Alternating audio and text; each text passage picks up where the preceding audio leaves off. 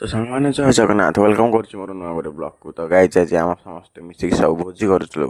ତ ଗାର୍ଡେନ୍ରେ ଭୋଜି କରୁଥିଲୁ ଆଜି ସମସ୍ତେ। ତ ବର୍ତ୍ତମାନ ଦେଖନ୍ତୁ ମସଲା କଷା ଚାଲିଛି। ଆଜି ଅଣ୍ଡା ଭୋଜି କରୁଥିଲୁ ଆମେ ସମସ୍ତେ। ତ ଏଇଠି ରୋଷେଇ କରୁଥିଲା ମିନି ବସିକି। ତ ଏଇଠି ଆନା ସାଗର, ଇଏ ହେଉଛି କାଳୁ, ଇଏ ମାନେ ବସିକି ଫ୍ରି ଫାୟାର ଖେଳୁଛନ୍ତି।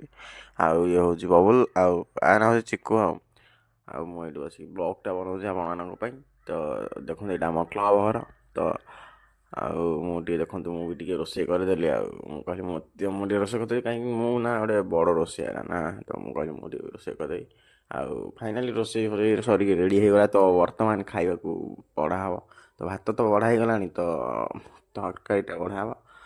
ବର୍ତ୍ତମାନ ସମସ୍ତଙ୍କ ପାଖରେ ତ ଲାଗିଗଲାଣି ଭାତ ତରକାରୀ। ଏଇଟା ଦେଖନ୍ତୁ, ଦେଖନ୍ତୁ ଆକୁ ଗୋଟେ ଦେଖନ୍ତୁ, ଭାତ ତରକାରୀ ଲାଗିଗଲାଣି। ଏ ଧରି ବସିଲାଣି, ସମସ୍ତଙ୍କ ପାଖରେ ଲାଗିଗଲାଣି।